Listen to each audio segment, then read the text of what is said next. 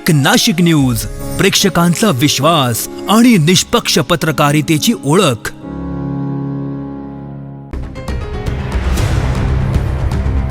Ambad link रोडवरील जीवघेण्या खड्ड्यांमुळे रंगकाम करून कुटुंबाचा उदरनिर्वाह करणाऱ्या सुनील बोरसे यांचा दुर्दैवी मृत्यू झाला।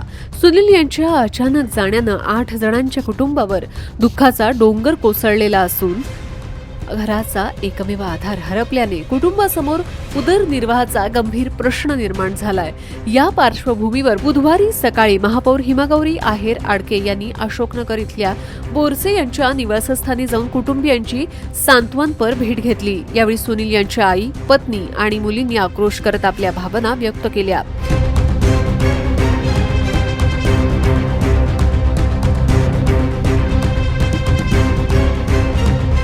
कुटुंबाचा आधारच गेल्याने आता पुढे काय करायचं असा सवाल त्यांनी उपस्थित केलाय। कुटुंबियांची व्यथा ऐकून महापौरांनी त्यांना धीर दिला। पालकमंत्री गिरीश महाजन यांच्या निर्देशानुसार बोरसे कुटुंबाला तातडीने आर्थिक मदत देण्यात येईल, तसेच कुटुंबातील एका सदस्याला मानधनावर नोकरी देण्याचं आश्वासन त्यांनी दिलंय।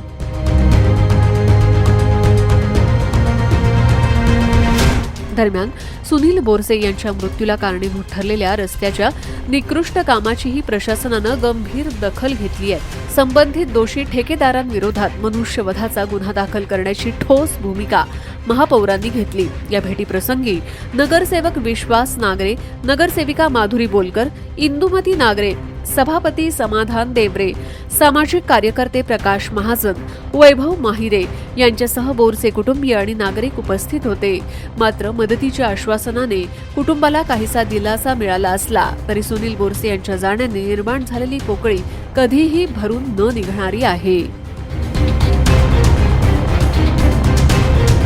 आपण जर बघितलं तर हा अपघात झालेला आहे आणि या अपघाताच्या पार्श्वभूमीवरती बोरसे कुटुंबांना जी हानी झाली आहे, खरं तर कर्ता पुरुष त्यांच्या घरातला आज मृत्युमुखी पडले आहेत आणि सगळ्याच महिला आहेत। हे पाहून खरंच मन हेलावतं की आता ह्यांचं जे भविष्य आहे ते त्याच्या पुढे आपण कसं करणार आहोत। त्यांनी जो प्रश्न विचारला तर आपण माहिती आहे की गेल्या काही काळापासून जे काही अपघात होत आहे त्यासाठी हायकोर्टाच्या निर्देशानुसार समिती केलेली आहे आणि हायकोर्टाच्या निर्देश जे असतील त्या पद्धतीने कारवाई होणार आहे।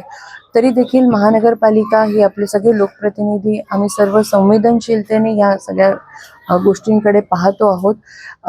जो ट्रक ज्याने हे अपघात झाला तो पोलिसांकडे जमा आहे। ट्रक चालक कारवाई त्याच्यावर सुरू आहे, त्याला शोध घेता आहेत।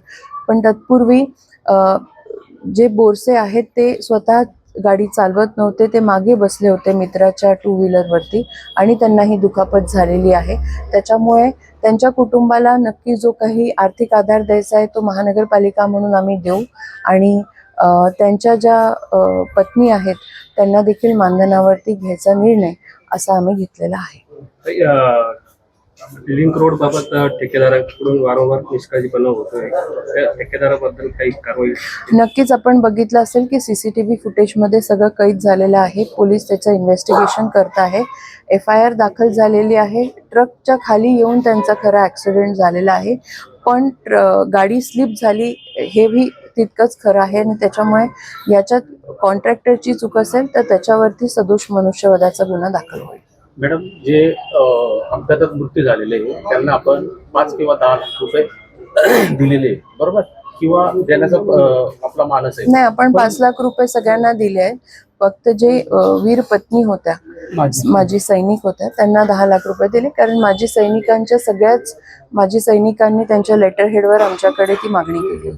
परंतु सातपूर आणि अंबड जर बघितलं मॅडम, हा कामगार कष्टकरी वर्गाचा वर्ग आहे, परंतु या ठिकाणी हे मयत झालेल्यांसाठी, परंतु जे जखमी आहे त्यांचं काय मॅडम? ती जी कमिटी स्थापन केली आहे हायकोर्टाच्या निर्देशानुसार जखमी पण त्यांचा जो दवाखान्याचा क्लेम आहे तो करू शकता। हे महासभेत ऑलरेडी डिस्कस झालंय।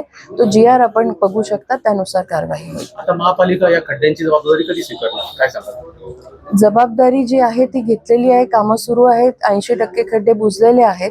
मेंटेनन्स आहे, मेंटेनन्समध्ये कधीही परमनंट काम होत नसतं। मेंटेनन्सचा अर्थच असा आहे की ते वारंवार करण्याचं काम आहे आणि म्हणून जबाबदारी स्वीकारल्यामुळेच आपण हे जे काही लोकांचे अपघात होत आहे किंवा जे न्यायप्रविष्ट आहे, जे काही GR निघालेले आहे, हायकोर्टाचे निर्देश आहेत, त्या पद्धतीने आपण कारवाई परंतु करतो. पालकमंत्र्यांनी असं सांगितलं होतं, ज्यावेळेस खड्डे बुजवण्याची मोहीम झाली होती त्याच्यामध्ये लिक्विड टाकून ते खड्डे पुरेपूर हे होईल, बंद होईल, परंतु पुन्हा पाऊस आल्यानंतर परत उकडले ते. बरोबर आहे ना, की डांबर आणि खड्ड्यांचं कधीच डांबर असेल आणि पाणी असेल तर त्यांचा मेळ जुळत नाही.